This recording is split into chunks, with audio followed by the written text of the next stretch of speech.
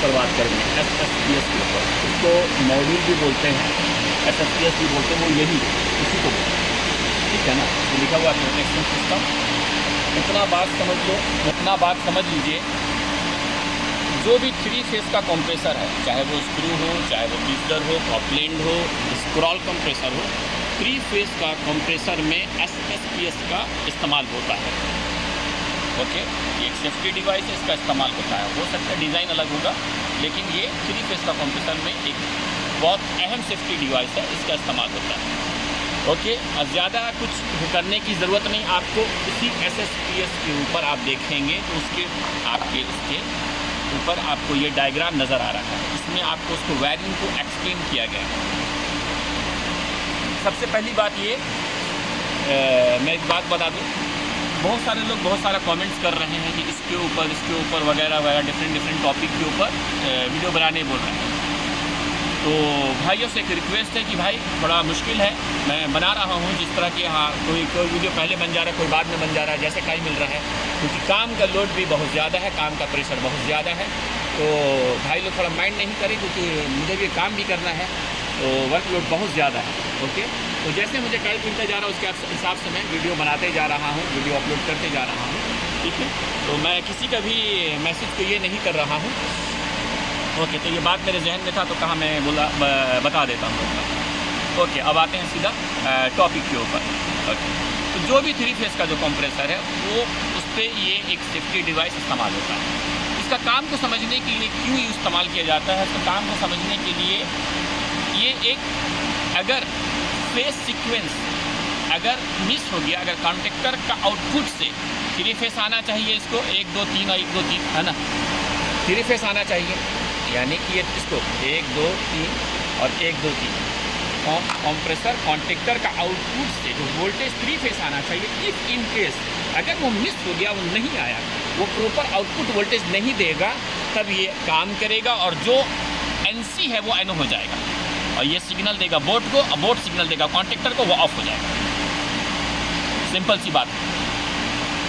अगर किसी कारण वोल्टेज प्रॉपर, जो वोल्टेज आउटपुट प्रॉपर नहीं हुआ कंप्रेसर कॉन्टेक्टर से, तो SSPS सिग्नल लेगा, और सिग्नल लेके फ़ौरन वो आपका वो बोर्ड को सिग्नल देगा, बोर्ड कॉन्टेक्टर को सिग्नल देगा, वो कॉन्टेक्टर आपका ऑफ हो जाएगा, वो कंप्रेसर ऑफ हो जाएगा।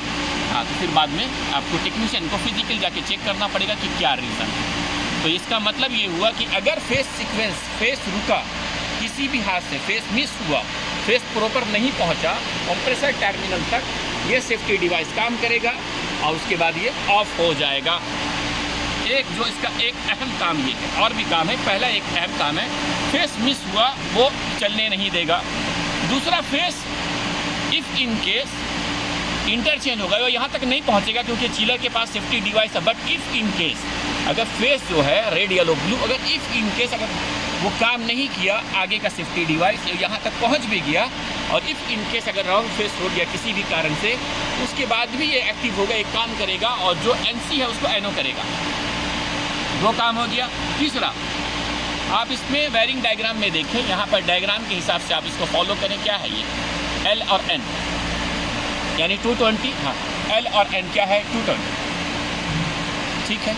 ये 220 अगर किसी हाल पे नहीं पहुंचा, तब भी वो NC हो जाएगा, सॉरी NO हो जाएगा। NC तो जब 220 रहेगा तब वो NC होगा, और जब 220 नहीं रहा, किसी वजह से वोल्टेज रुक गया, कुछ भी हो सकता है, तो वो चेक करना पड़ेगा। तो ये बता रहा हूँ आपको, ये अगर 220 नहीं मिला तब भी वो NO हो जाएगा। ओके, जब वो NC है, जब 220 रहेगा तो NC रहेगा, लेकिन ये फेस इंटरचेंज हो गया तब वो भी NO हो जाएगा। फेस मिस हुआ, नहीं पहुंच पाया प्रॉपर, तब भी वो NO हो जाएगा। पूरा बताएंगे, हाँ वीडियो पूरा कंप्लीट देखने, हाँ कहाँ पर सब बताते हैं, 1 मिनट बाद में एक और। ओके, तो यहाँ पर यानी कि इस SSPS को एक जगह लैंड और न्यूट्रल चाहिए 220, और अलग से 3 फेस चाहिए, लैंड 1, लैंड 2, लैंड 3, 2 वोल्टेज है ना। और उसके बाद इसको लैंड और L और N में 220 ही चाहिए यार, कितना चाहिए, तो उसके लिए परेशान होने की ज़रूरत नहीं है। क्लियरली आप इसके पर जाएँ, आप इसका डिस्क्रिप्शन रीड करें तो देख लीजिए। 115 और 230, यानी कि ये दोनों वोल्टेज में चलेगा, मल्टी वोल्टेज में, 115 में भी और 230 में भी। ओके, ये दोनों वोल्टेज में चलेगा इसका। हाँ, इसका रेंज कितना है, टेम्परेचर का जो रेंज है वो -30 से लेके +70 डिग्री सेंटीग्रेड तक चलेगा। यानी कि 70 डिग्री अगर टेम्परेचर होगा तब तक वहाँ काम करेगा। उसके ऊपर अगर किसी हाल अगर क्रॉस किया इफ़ इन केस, तो वो सीधा जो NC है वो NO हो जाएगा। इतना टेम्परेचर को वो सूटेबल है, उसके बाद सूटेबल नहीं है, और -30 तक भी वो काम करेगा। ओके, यहाँ पर होती है। ये होने के बाद एक और काम है इसका, यानी कि फेस सीक्वेंस, फेस मिस, बाद में लैंड न्यूट्रल को एक वोल्टेज। एक और काम है इसका, ओके, एक और अहम काम ये है इसका, अगर कंप्रेसर का जो वाइंडिंग है वो या कंप्रेसर का जो ऑयल है, दोनों, इस बात को दोनों ध्यान रखना, कंप्रेसर का वाइंडिंग या कंप्रेसर का ऑयल दोनों का टेम्परेचर ओवर हुआ जो उसका डिज़ाइन के हिसाब से, तब भी ये NC नहीं NO हो जाएगा, जो NC है। ओके, अगर कंप्रेसर का जो वाइंडिंग का जो टेम्परेचर, यानी कंप्रेसर का वाइंडिंग हीट हो रहा है, किसी वजह से भी हो सकता है, ऑयल कम है तब भी हीट होगा, वाइंडिंग वीक होगा तब भी हीट होगा, तो जो वाइंडिंग अगर हुआ तब भी आपका वो जो NC पॉइंट है वो NO हो जाएगा। फिर आपको इसीलिए कभी भी SSPS का जब अलार्म है तो फ़ौरन रीसेट नहीं करें, क्योंकि बहुत ज़्यादा जो टेक्नीशियन लोग हैं, मैं फिर बहुत पुराने की लड़के की बात नहीं कर रहा हूँ, एक्सपीरियंस लोगों की बात नहीं कर रहा हूँ, नए लोगों की बात कर रहा हूँ, फ़ौरन रीसेट करते। कभी ऐसा नहीं करना, रीसेट से पहले चेक करना कि वो आया क्यों। तो वोल्टेज चेक करना है, 3 फेस, हमको सिंगल फेस लाइन न्यूट्रल वो चेक करना है, ऑयल चेक करना है, कंप्रेसर का जो टर्मिनल का कंटिन्यूटी चेक करना है, बॉडी चेक करना है, जहाँ वाइंडिंग के एरिया पे गर्म बहुत ज़्यादा तो नहीं है। ये सब प्रॉपर चेक करने के बाद ही रीसेट करना है ना। ऐसा नहीं सडनली हुआ रीसेट कर दिया, ऐसा नहीं करना चाहिए, सही बात नहीं है, ठीक है। हाँ, तो मैं स्पेशली फिर नए लोगों को नहीं, क्योंकि नए लोग तो पुराने लोगों को नहीं बोल रहा हूँ भाई। ओके, अब जो इसका वायरिंग के ऊपर चलते हैं, वायरिंग के ऊपर बात करते हैं। प्रैक्टिकल भी वो हम वोल्टेज दिखाएंगे, लेकिन पहले यहाँ से डायग्राम को फॉलो करो। तो टोटल इसका टर्मिनल कितना, L, N, 1, 2, 12, 14 और 11, टोटल आपका हो गया 7 इसका टर्मिनल का जगह है, 7 का। ओके, 1, 2, 3, 4, 5, 6, 7 का, ठीक है।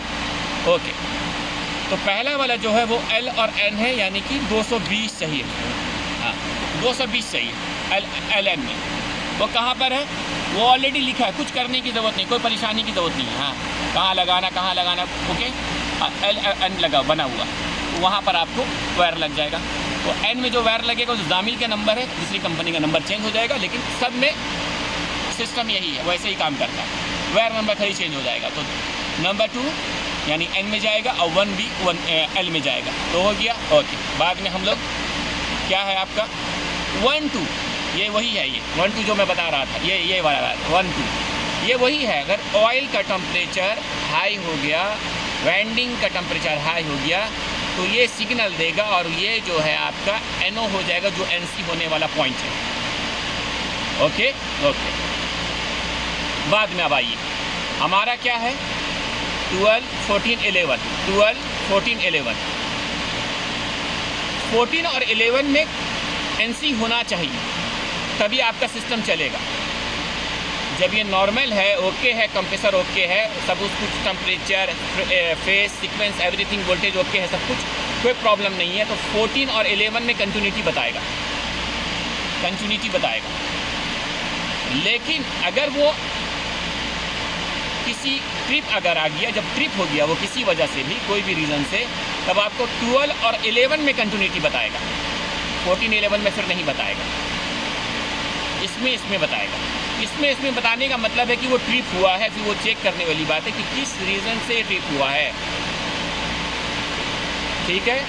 ये दोनों पॉइंट हमेशा NC होना चाहिए, इसमें कंटिन्यूटी बताना चाहिए। नहीं बता रहे तो इसका मतलब है कि आपका कंप्रेसर ओके है, वोल्टेज ओके है, ठीक है। एक बात और, अगर ये SSPS जामिल से लेना है तो उसका नंबर ये है 347017.10, जो भी है डैश करके, क्योंकि ये नंबर आप जामिल में बोलेंगे, आपको SSPS की ज़रूरत नहीं, ये नंबर ही काफ़ी है आपके पास। ये नंबर आप जामिल के स्पेयर पार्ट्स के शोरूम में जाएंगे, इजीली ये सामान मिल जाएगा। तो इसका जो कनेक्शन था वो इसी तरह का कनेक्शन है, ओके, ठीक है। ओके, बाद में हम लोग अभी वोल्टेज ऑफ है, ब्रेकर ऑफ है, ऑन नहीं किए, ऑन करके फिर मैं यहाँ वोल्टेज भी दिखाऊँगा, उसको NC भी दिखाऊँगा। चलिए, बाकी हम लोग उसको कंप्लीट करते हैं दूसरा वीडियो में, ओके।